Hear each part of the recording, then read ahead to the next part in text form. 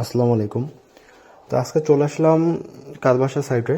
এটা ডুপ্লেক্স বিল্ডিংয়ে রাস্তাতে ভিতরে ঢুকতে গেলে, কালবাসা এরিয়ার ভিতরে ঢুকতে গেলে হাতে ডান ধারে আগে পুরাতন যে মেল ছিল, ধান ভাঙানো মেল, ওই মেলের উল্টা পাশের মাঠের কাছেই এই বিল্ডিংটা।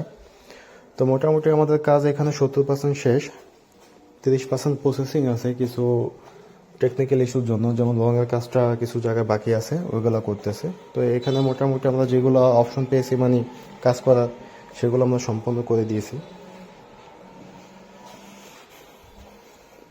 বিল্ডিংটার ডিজাইন মাসাল্লাহ খুব সুন্দর হয়েছে ডিজাইনটি।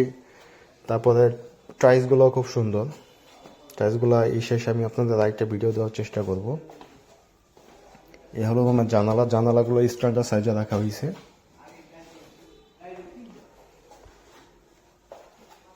তো এখানে আমরা খুবই উন্নত মানের লক ইউজ করেছি।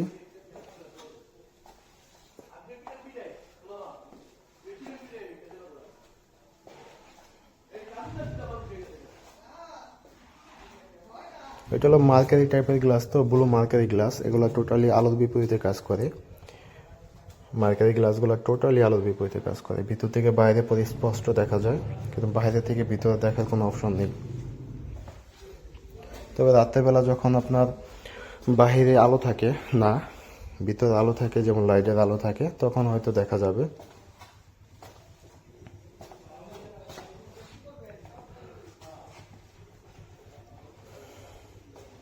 টয়লেটও আর কি ওই গ্যালাক্সি আমরা ইউজ করছি। টয়লেটও জানালা দিয়ে দিয়েছি। টয়লেটও অনেকে দেয়, অনেকে দেয় না। তা আমি মোটামুটি প্রত্যেকটা জানালার এখানে ভিডিওগুলো করে ভিডিওর কোয়ালিটিগুলো বোঝানোর চেষ্টা করতেছি, মানে কাজের কোয়ালিটিটা কীরকম হয়েছে আমাদের, বা আমরা কীভাবে কাজ করি। আসলে এটা সামনাসামনি না দেখলে বোঝা যায় না। তারপরে কাজের ক্ষেত্রে অনেক ব্যাপার থাকে, যেমন সিলিকন ইস্যু, স্ক্রুপের ইস্যু। যাই হোক, যারা এই ব্যাপারে খুব একটা অভিজ্ঞ না, তারা সচরাচর এগুলো বুঝবেও না।